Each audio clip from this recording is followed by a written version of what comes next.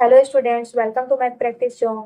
कैसे हैं आप लोग? उम्मीद करती हूँ आप अच्छे होंगे और आपकी पढ़ाई भी बहुत अच्छे से चल रही होगी।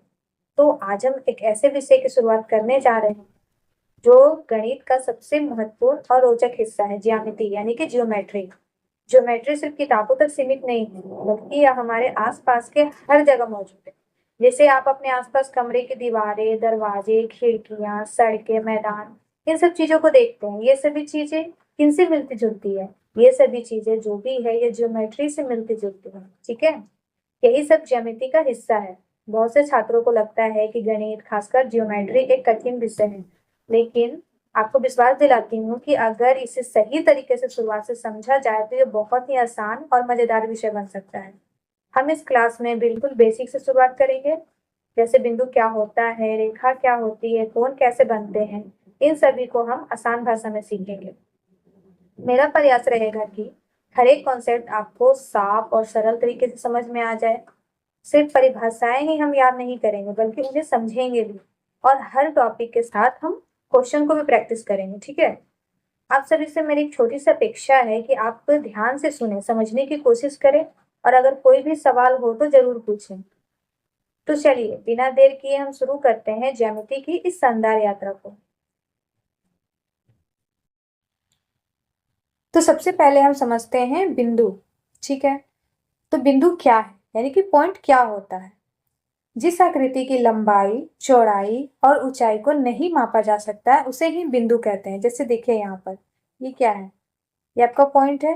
तो क्या इसकी लंबाई, चौड़ाई और ऊंचाई को हम माप सकते हैं? नहीं, हम नहीं माप सकते, क्योंकि एक बहुत ही छोटा पॉइंट है। ठीक है, तो इसे हम नहीं माप सकते। तो ये क्या है? इसे हम क्या कहेंगे? इसे बिंदु कहेंगे।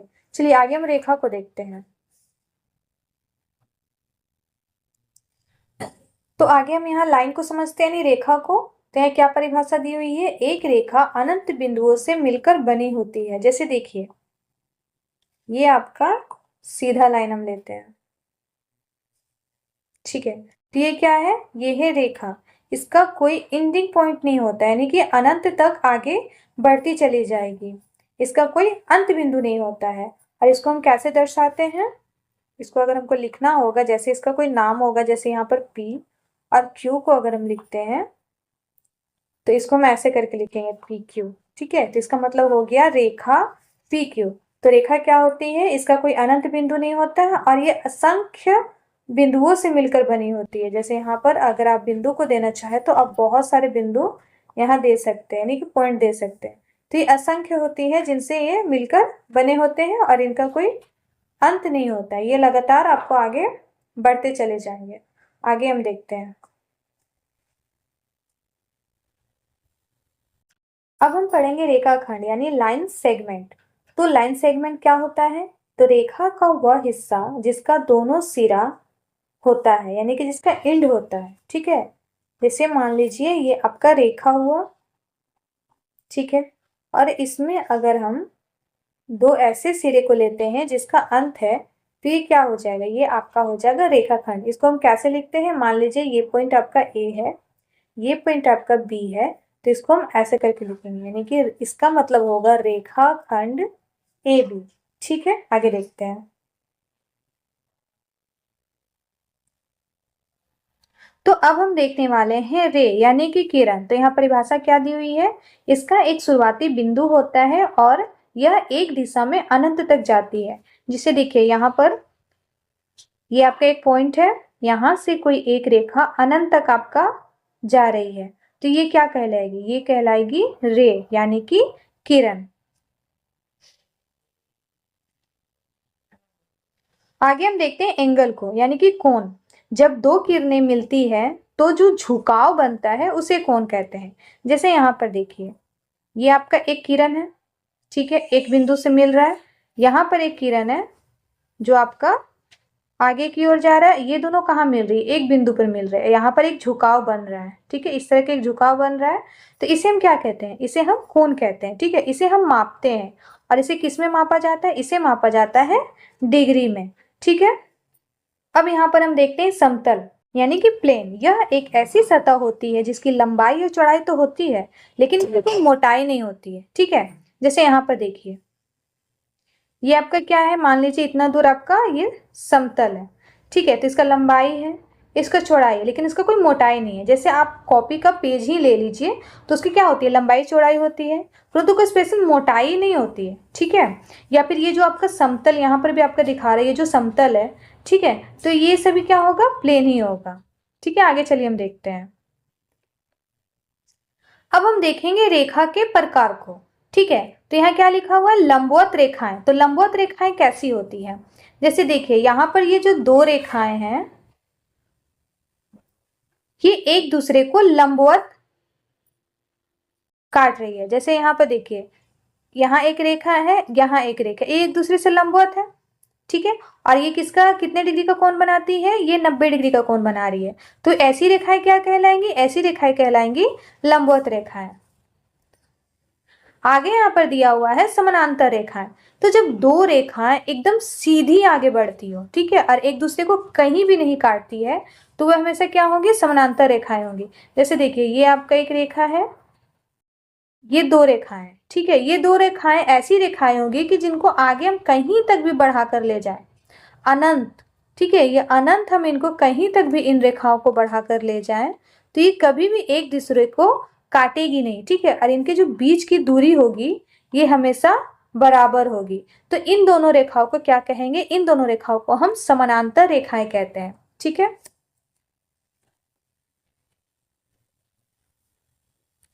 अब हम देखते हैं संपाती रेखाएं। तो संपाती रेखाएं कैसी होती है, देखिए ये एक रेखा हम यहाँ पर खींचते हैं, ठीक है, ये रेखा हमने खींचा। अब इसके ऊपर एक रेखा और हम खींच देते हैं, ठीक है, जो बिल्कुल इसके ऊपर होगा। यहाँ तो अलग दिखाई दे रहा है, लेकिन नहीं, बिल्कुल इसके ऊपर होगा कि जो दूसरी वाली रेखा है वो पूरी तरह से ढक जाएगी। तो ये रेखाएं क्या कहलाएंगी, ये रेखाएं कहलाएंगी संपाती रेखाएं, ठीक है। अब हम देखते हैं प्रतिच्छेदी रेखा। जैसे यहाँ देखिए, यहाँ पर दो रेखाएं हैं, ये क्या कर रही है, ये आपस में एक दूसरे को काट रही है, यानी कि प्रतिच्छेद कर रही है। तो ये कैसी रेखाएं कहलाएंगी, ये रेखाएं कहलाएंगी प्रतिच्छेदी रेखाएं, ठीक है।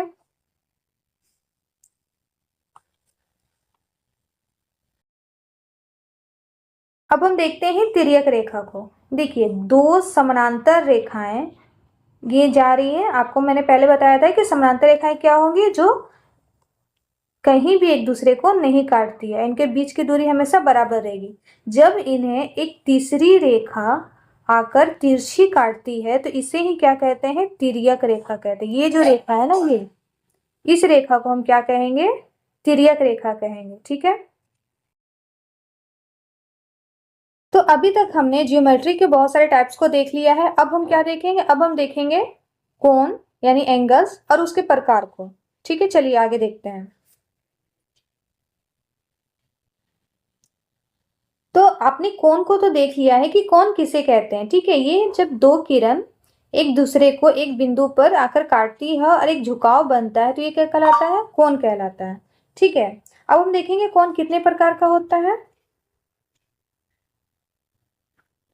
तो सबसे पहले यहाँ पर क्या दिया हुआ है, न्यून कोण, ठीक है। तो वैसा कोण जो 0 डिग्री से बड़ा और 90 डिग्री से छोटा होता है उसे क्या कहते हैं, न्यून कोण कहते हैं, ठीक है।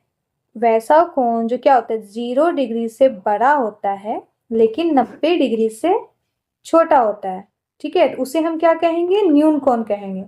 जैसे ये आपका जो कोण बन रहा है, इस तरह का जो एंगल बनेगा हल्का झुका हुआ आगे की तरफ, तो ये सभी क्या कहलाएंगे, ये सभी न्यून कोण कहलाएंगे। ये हमेशा, क्योंकि 90 डिग्री देखिए यहाँ बनता है, और ये कोण हमेशा 90 डिग्री से छोटी होगी। जैसे कि 35 डिग्री का कोण, 45 डिग्री का कोण हो गया, तो ये सभी कोण क्या कहलाएंगे, ये सभी कोण न्यून कोण कहलाएगी। आगे हम देखते हैं। तो दूसरा हमारे यहाँ क्या दिया हुआ है, समकोण। तो वैसा कोण जो बिल्कुल 90 डिग्री का कोण बनाती है उसे हम समकोण कहते हैं। देखिए यहाँ पर ये आपका जो एंगल है ना, ये पूरी तरह से 90 डिग्री का बना रही है, ठीक है, एकदम सीधी, ये 90 डिग्री का बनाएगी। तो जो 90 डिग्री का बनाती है उसे हम क्या कहते हैं, उसे हम कहते हैं समकोण, ठीक है। तीसरा नंबर हमारा है अधिक कोण। तो वैसा कोण जो 90 डिग्री से बड़ा और 180 डिग्री से छोटा होता है उसे अधिक कोण कहते हैं। देखिए जैसे वैसा कोण जो 90 डिग्री से क्या होता है, बड़ा होता है लेकिन 180 डिग्री से छोटा होता है, उसे हम क्या कहते हैं? उसे कहते हैं अधिक कोण। जैसे 90 डिग्री से बड़ा हो जाएगा तो 120 डिग्री का कोण होगा, 150 डिग्री का कोण होगा। वो कैसा एंगल बनेगा वो देखिए, इस तरह का जो एंगल बनेगा, ठीक है, क्योंकि ये तो 90 डिग्री यहाँ तक होगा आपका, ये आपका 90 डिग्री होगा। इससे आपका ये एंगल क्या बन रहा है? ये एंगल बड़ा बन रहा है, तो ये क्या कहलाएगा? अधिक कोण कहलाएगा, ठीक है। अब हम आगे देखते हैं सरल कोण, यानी कि स्ट्रेट एंगल। तो वैसा एंगल या वैसा कोण जो सीधा एकदम 180 डिग्री का कोण बनाता है, ठीक है, उसे हम सरल कोण कहते हैं। जैसे यहाँ पर देखिए, एक सीधी लाइन को खींच लीजिए, तो ये आपका क्या बनाएगा? हमेशा 180 डिग्री का कोण बनाएगा, ठीक है। तो ये क्या कहलाएगा आपका? ये कहलाएगा सरल कोण, ठीक है।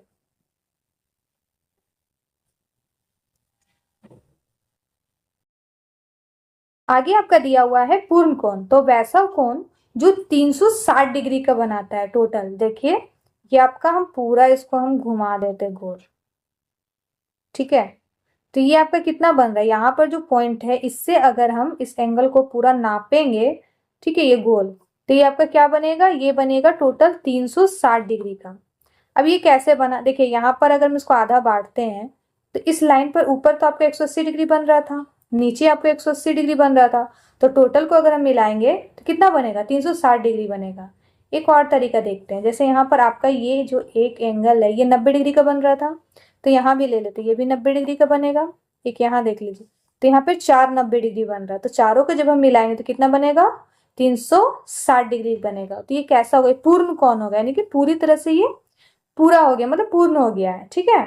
अब हम आगे देखते हैं प्रतिवर्ती कोण को। तो प्रतिवर्ती कोण किसे कहते हैं? यानी कि रिफ्लेक्स एंगल। तो वैसा कोण जो 180 डिग्री से बड़ा लेकिन 360 डिग्री से छोटा होता है, ठीक है। जो 180 डिग्री से तो बड़ा होता है, बट 360 डिग्री से क्या होता है? वो छोटा होता है, उसे हम प्रतिवर्ती कोण कहते हैं। जैसे यहाँ पर देखिए, आपका देखिए, ये आपका एक एंगल है, ठीक है। तो इसके ऑपोजिट साइड में जो एंगल बन रहा है, तो ये एंगल क्या होगा? ये एंगल होगा आपका प्रतिवर्ती कोण, ठीक है। जैसे मान लीजिए ये आपका क्या है? ये 10 डिग्री का एंगल है, ठीक है। ये आपका 10 डिग्री है, तो ये आपका कितना हो जाएगा? ये हो जाएगा 350। तो ये क्या होगा? ये 360 डिग्री से कम है, ठीक है। तो जैसे मान लीजिए आपको कैसे होगा कि कोई भी जो पूर्ण कोण होता है, हमने आपको बताया कि कोई भी पूर्ण कोण वो टोटल बनता है 360 डिग्री का। इसमें अगर 10 डिग्री को हम यहाँ बना देते हैं तो जो बचा हुआ होता है वो 350 डिग्री का होता है। और जो 350 डिग्री होता है वो क्या होता है? वो प्रतिवर्ती कोण होता है, ठीक है। चलिए हम आगे देखते हैं। तो चलिए, जो भी मैंने आपको एंगल पढ़ाया है तो उसको मैं आपको एक इजी एग्जांपल से बताती हूँ। जैसे यहाँ पर देखिए, आपका ये क्या है? ये है आपका एक घड़ी, ठीक है। इसमें यहाँ पर 12, 3, 6 और 9, ठीक है, 4 को ही लेकर हम चलते हैं। तो देखिए, यहाँ पर आपका अगर 2 सुई होगा, ठीक है, हम 2 सुई को लेके चलते हैं, 2 सुई के कांटे को लेके चलते हैं यहाँ पर, ठीक है। तो ये आपका कितना होगा? कितना एंगल को कौन बनाएगा? ये बना रहा आपका 90 डिग्री का। यही अगर हम आगे बढ़ा देते, यहाँ पर कहीं कर देते हैं, ठीक है, तो ये क्या बनेगा? आपका अधिक कोण बनेगा। इसको हम सीधा कर देते दोनों को, एक सुई जो है इधर साइड में होगी, एक इधर साइड में होगी, ठीक है। तो ये कितने डिग्री का कोण बनाएगी? ये टोटल बनाएगी 180 डिग्री का। तो ये क्या होगा? सरल कोण होगा।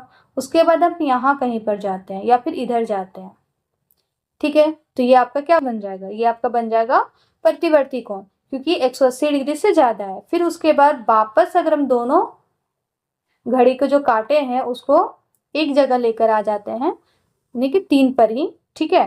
तो ये क्या बन जाएगा? टोटल तो ये घूम कर आएगा, तो ये 360 डिग्री बनाएगा और ये पूर्ण कोण को बनाता है, ठीक है। तो स्टूडेंट्स, आज की क्लास में हमने एंगल्स, जियोमेट्री और उसके प्रकारों को बहुत ही अच्छी तरीके से समझा है। तो मुझे उम्मीद है अब आपको यह टॉपिक अच्छे से समझ में आ गया होगा और आप इसे खुद से भी हल करने की कोशिश करेंगे। अगर अभी भी आपके मन में कोई सवाल है तो आप कमेंट करके जरूर पूछ सकते हैं, मैं आपकी पूरी मदद करने की कोशिश करूंगी। अपने दोस्तों के साथ शेयर करें और ऐसे ही आसान तरीके से गणित सीखने के लिए हमारे चैनल मैथ प्रैक्टिस जोन को सब्सक्राइब करना ना भूलें।